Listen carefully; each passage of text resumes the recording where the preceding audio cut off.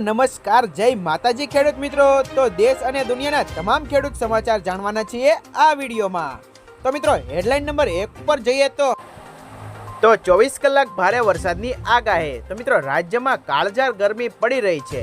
બીજી તરફ હવામાન વિભાગે ફરી એકવાર કમોસમી વરસાદની આગાહી કરી છે કે ભર ઉનાળે કમોસમી કમઠાણની આગાહીના પગલે ખેડૂતોને ખેતી પાકને કંઈક ચિંતા વ્યાપી છે। તો મિત્રો ગરમી સાથે આગામી 24 કલાક સામાન્ય વરસાદ રહેશે, જેમાં ઉત્તર ગુજરાત, દક્ષિણ ગુજરાત અને કચ્છના વરસાદની આગાહી કરવામાં આવી છે। તેમજ જામનગર અને દ્વારકામાં સામાન્ય વરસાદની આગાહી કરાઈ છે। સાથે જ 30 થી 40 કિમીની ઝડપે પવન ફૂંકાશે। ત્યારબાદના સમાચારો પર જો એની પહેલા મિત્રો તમે મારી યુટ્યુબ ચેનલ નજરે ગુજરાતમાં નવા હોય તો ચેનલને સબસ્ક્રાઇબ કરી દેજો, જેથી કરીને દિવસભરના કામના અને મહત્વના સમાચાર તમારા સુધી પહોંચતા રહે। ત્યારબાદ મિત્રો ઉનાળો, ગુજરાતમાં પાણીની તકલીફ। મિત્રો રાજ્યમાં ગરમીનું પ્રમાણ વધતા ગ્રામીણ ક્ષેત્ર ખાસ કરીને અંતરિયાળ ગામોમાં પાણીની તંગી વર્તાઈ રહી છે। તો મિત્રો હજી તો એપ્રિલ પૂરો થયો નથી, ત્યાં પીવાના પાણીના ટેન્કરોની સંખ્યા 118 ઉપર પહોંચી ગઈ છે અને ફેરાની સંખ્યા 380 થઈ ગઈ છે। આ તો માત્ર પાણી પુરવઠા બોર્ડ દ્વારા પહોંચાડાઈ રહેલા પીવાના પાણીની જ આંકડા છે। ગ્રામ પંચાયત અને નગરપાલિકાઓ દ્વારા ફરતા ટેન્કરો અને ફેરાના આંકડા આમાં સમાવિષ્ટ નથી। તો મિત્રો ગયા વર્ષે આખા ઉનાળાના પાણીના પુરવઠા બોર્ડ દ્વારા સત્તાવાર રીતે 148 ટેન્કરો દ્વારા પીવાના પાણીનો સપ્લાય થયો હતો। ત્યારબાદ મિત્રો ખેડૂતોને દર મહિને 3000 રૂપિયા। તો મિત્રો પીએમ કિસાન યોજનાની સાથે કેન્દ્ર સરકાર દ્વારા પ્રધાનમંત્રી કિસાન માનધન યોજના પણ શરૂ કરવામાં આવી છે, જેમાં ખેડૂતોને આર્થિક સહાય આપવા આવે છે। પીએમ માનધન યોજના હેઠળ સરકાર ખેડૂતોના ખાતામાં દર મહિને 3000 રૂપિયા ટ્રાન્સફર કરશે, જ્યારે યોજના હેઠળ ખેડૂતોને માનસિક રૂપિયા 3000 રૂપિયાનું પેન્શન આપવામાં જોગવાઈ છે, જ્યારે આ યોજનાનું પ્રીમિયમ કિસાન સન્માન નિધિ યોજનાની રકમમાંથી કાપવામાં આવે છે। આ માટે તમારે એક અલગ ફોર્મ ભરવાનું રહેશે। આ પેન્શન યોજનાનો લાભ લેવા માટે ખેડૂતોને દર મહિને ₹55 થી ₹200 સુધીનું યોગદાન આપવાનું જરૂરી છે। ત્યારબાદ મિત્રો મોદી રાજ્યમાં ખેડૂતોને આવક વધી। મિત્રો જ્યારથી કેન્દ્રમાં નરેન્દ્ર મોદીએ નેતૃત્વ હેઠળ ભાજપની સરકાર ઘડવામાં આવી છે, ત્યારથી જ ખેડૂતોની આવકમાં વધારો કરવા માટે ઘણી બધી યોજનાઓને અમલમાં મૂકવામાં આવ્યું છે। મિત્રો કેન્દ્ર સરકાર દ્વારા ખેડૂતોની આવકમાં વધારો કરવા માટે સબસિડીથી લઈને પાક ઉપાડવા માટે 3 હપ્તા 6000 રૂપિયાની સહાય સુધી તેમજ કૃષિ ક્ષેત્રને જોડાયેલા દરેક ક્ષેત્રને આગળ વધારવા માટે કામ કરવાની આવી રહ્યું છે। ત્યારબાદ મિત્રો આગાહી, જોરદાર પવન અને વરસાદ। મિત્રો વરસાદની આગાહી માટે જાણીતા એવા આંબાલાલ પટેલે જોરદાર વરસાદની આગાહી કરી છે। તો મિત્રો રાજ્યમાં આજે ઝડપથી પવન અને વરસાદ વરસી શકે છે। બંગાળના અને અરબ સાગરના ભેજ વધતા પ્રી મોન્સૂન એક્ટિવિટીના કારણે ગુજરાતમાં ઠેર ઠેર જગ્યાએ વરસાદ થશે। તો મિત્રો હવામાન વિભાગની આગાહી અનુસાર 27 અને 28 એપ્રિલ સુધી વાદળછાયું વાતાવરણ રહેશે। ખાસ કે આ આગાહી વચ્ચે લોકોને ગરમીનો ઉકળાટથી રાહતનો અહેસાસ થશે। ત્યારબાદ મિત્રો ખેતરમાં ટાંકો બનાવવાની સહાય। તો મિત્રો ખેડૂતોને પાણીનો સંગ્રહ કરવા માટે મોટા ટાંકા બનાવવા સરકાર તરફથી આપવામાં આવશે 50,000 થી 75,000 સુધીની આર્થિક સહાય આપવામાં આવે છે, જેમાં સામાન્ય જાતિના ખેડૂતોને કુલ ખર્ચના 50% અથવા 50,000ની સહાય અને જનજાતિના ખેડૂતોને કુલ ખર્ચના 75% અથવા 75,000 રૂપિયાની સહાયના રૂપે આપવામાં આવશે। તો મિત્રો જ્યારે આ યોજના માટેનો ફોર્મ ખેતીવાડીની વેબસાઇટ આઈ ખેડૂત પોર્ટલ ઉપર ભરવામાં શરૂ થયા છે। ત્યારબાદ મિત્રો ખેડૂતોની લોન માફ કરવામાં આવે।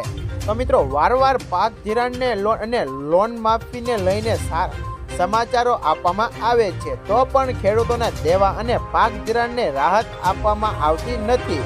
હવે મિત્રો 2024ની વિધાનસભાની ચૂંટણી પણ આવી રહી છે અને મિત્રો 2024ની વિધાનસભાની ચૂંટણી પહેલા ખેડૂતોના દેવા માફ કરવામાં આવે અને જે ખેડૂતોને પાક ધિરાણ પર લોન લીધી છે અને રાહત આપવામાં આવે તેવી માંગણી ખેડૂતો દ્વારા કરવામાં આવી છે। જોકે મિત્રો અત્યારે મોંઘવારીના બિયારણો કમોસમી વરસાદ માવઠાનો માર સહન કરવાનો વારો ખેડૂતોને આવ્યો છે, તો પણ સરકાર ખેડૂતોનું સાંભળતી નથી. આવા વિશે મિત્રો તમારું શું કહેવું છે? શું ખેડૂતોની લોન અને પાક ધિરાણ લોન છે એમ માફ થવી જોઈએ કે નહીં? કોમેન્ટ બોક્સમાં કોમેન્ટ કરીને જરૂરથી જણાવી દેજો. ત્યારબાદ મિત્રો કેરીઓ બજારમાં મોડી આવશે. તો મિત્રો રાજ્યમાં સતત બદલાતા વાતાવરણના કારણે કેરીના પાકને વ્યાપક નુકસાન થયું છે. તો મિત્રો નિષ્ણાતોનું કહેવું છે કે જૂનાગઢ તેમજ આસપાસના વિસ્તારોની કેરીઓ બજારમાં મોડી આવશે. ગત વર્ષ કરતાં ચાલુ વર્ષે ઉત્પાદનમાં 50% જેટલો ઘટાડો નોંધાયો છે. આંબા પરથી મોટી માત્રામાં ખરી પડ્યા છે. તો મિત્રો કેરી પડતા ખેડૂતોને છેલ્લા 5 વર્ષમાં સૌથી વધારે નુકસાન થયું છે. કેરીઓ આંબા પરથી ખરી પડતા પણ નુકસાન થયું છે. ખેડૂતો બગીચાઓને કાઢી રહ્યા છે.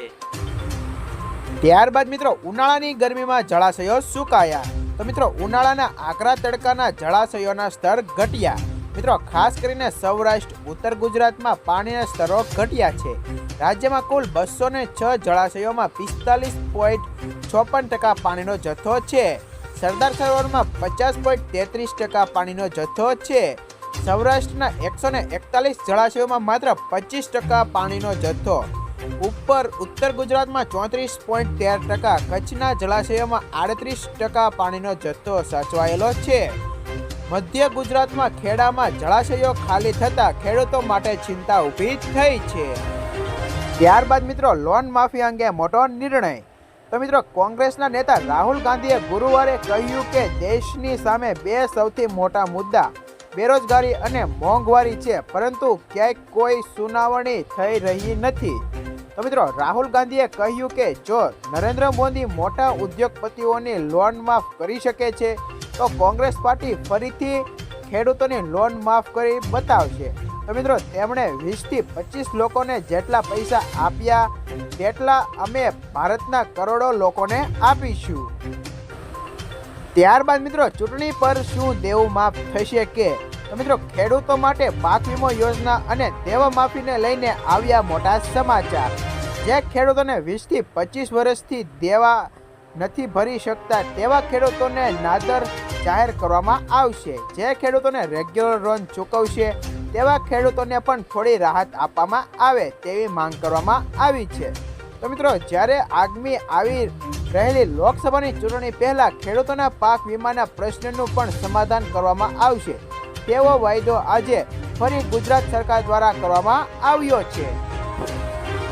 ત્યારબાદ મિત્રો પાક વીમાને લઈને મોટી જાહેરાત. તો મિત્રો કેન્દ્ર સરકાર ખેડૂતોને પાક વીમો પણ આપે છે. વર્ષ 2016માં કેન્દ્ર સરકાર દ્વારા પ્રધાનમંત્રી પાક વીમો યોજના શરૂ કરવામાં આવી હતી. આ યોજના હેઠળ સરકાર ખેડૂતોને તેમના પાકને નુકસાન થવા પર નાણાકીય સહાય પૂરી પાડે છે.